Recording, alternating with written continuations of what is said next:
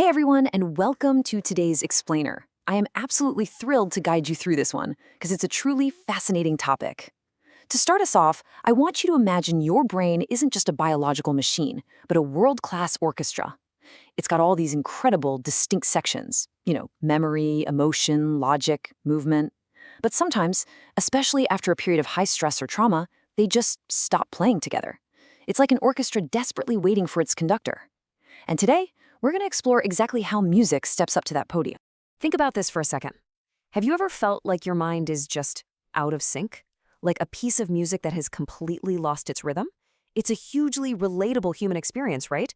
We've all had those days, or even entire seasons of life, where our internal world feels like a chaotic, disconnected mess of sounds. It's overwhelming. But what if a simple melody could actually become the framework that helps you reorganize those fragmented, chaotic pieces of your emotional world? Before we get into the hard neuroscience of it all, I want to ground us with this profound thought from Victor Hugo. Music expresses that which cannot be said and on which it is impossible to be silent. It's incredibly poetic, sure, but it also happens to be dead on from a clinical perspective.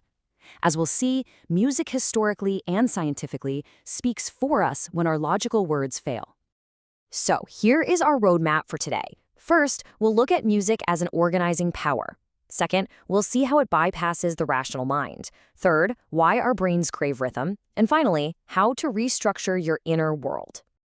Okay, Section 1. Music as organizing power, reframing the symphony. Let's dive in. To really get this, we need to talk about what music therapy actually is. It's the intentional use of music to achieve non-musical goals. Meaning, we're not using melody and beat to become better musicians. We're using them to promote real development across our cognitive, behavioral, physical, and emotional domains. It's a highly targeted therapeutic tool designed to facilitate healing and restore your inner balance. We're shifting way past just treating music like pleasant background noise on your morning commute.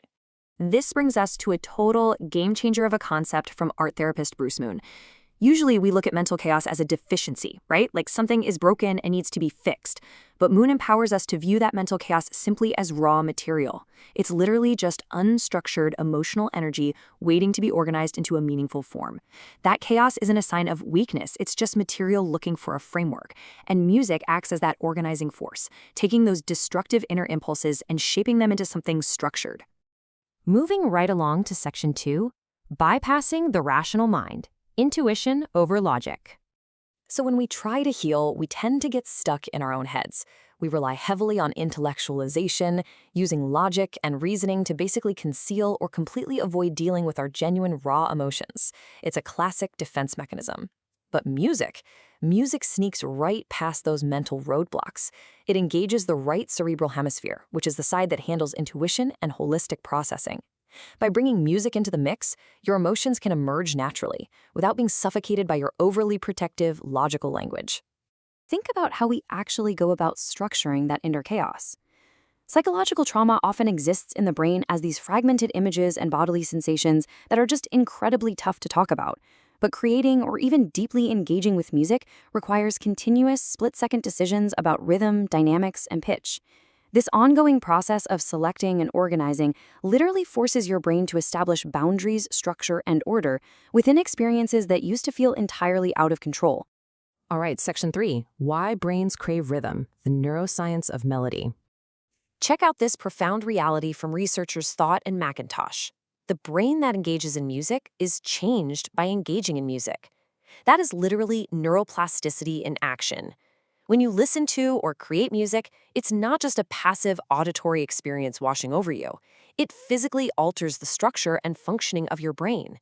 It's an active agent of neural change that supports your brain's capacity to learn, adapt, and recover. To really wrap our heads around the scope of this, you have to realize that music hits multimodal networks simultaneously. On a cognitive level, it forces holistic information processing and boosts focus. Emotionally, like we just talked about, it bypasses your defensive walls to let raw emotions surface. And, this is the crazy part, on a motor level, rhythmic auditory stimulation provides a steady cue that actually promotes physical stability and improves gait for people with movement disorders. Music essentially forces your cognition, your emotions, and your physical movement to sync up and play from the very same sheet of music. To see this in action, there is this absolutely astonishing study by Sharda and colleagues from 2015. They looked at 22 children across the autism spectrum, studying their brain responses to spoken words versus sung words. And what they found is mind-blowing. When the words were sung, these kids successfully activated bilateral temporal brain networks, very similar to typically developing children. The singing literally bypassed their spoken language deficits. The melody became a bridge that spoken language alone just couldn't build. For another incredible example of this reconstructive power, look at Congresswoman Gabrielle Giffords. After surviving a devastating gunshot wound to the brain, she experienced severe language deficits. But her music therapist used this brilliant technique. She played the melody and rhythm of Happy Birthday on the guitar and just waited for Giffords to sing the final word of the stanza. By layering words on top of a familiar melody and rhythm, the therapist enabled Giffords' brain to literally regain access to language. The rhythm provided the tracks and the words became the train. Just incredible. Which brings us to our final section, Section 4, Restructure Your Inner World, Practical Applications. So you don't need to be in a clinical setting to harness this. How can you use this organizing power in your daily life right now? Well, here are 3 highly effective things you can try today. First, practice active listening. Stop letting your music just be background noise. Close your eyes and intentionally pick out individual instruments, notice the changing dynamics, follow the rhythmic patterns. This actually trains your brain to find structure in complex environments. Second, use sung words. Actually, scratch that. It's more like singing your thoughts. If you're struggling to communicate something difficult, literally try singing it. Combining language with melody unlocks those neural networks. And third, rhythmic grounding. When you feel anxious, tap your hands or walk to a steady beat. Let's zoom in on that rhythmic grounding for a second because this number is key, 60 to 70. When you're feeling a wave of emotional imbalance or anxiety, try to find a rhythm of about 60 to 70 beats per minute to tap or walk along to.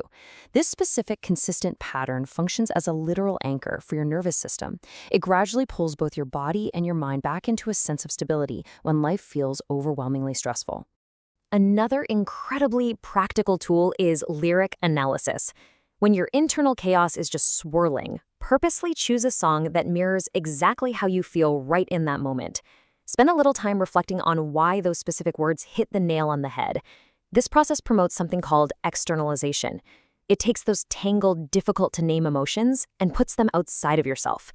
It creates a safe distance, letting you observe, process, and ultimately transform that raw material into something you can actually understand. So, here is my question to leave you with. The next time you press play on your favorite app, are you just going to passively listen to the noise, or will you intentionally let the melody, the rhythm, and the harmonies step up to the podium and organize the symphony of your inner world? The power is absolutely in your hands. Thank you so much for joining me for this explainer, and hey, I highly encourage you to put at least one of these strategies into practice today. See you next time.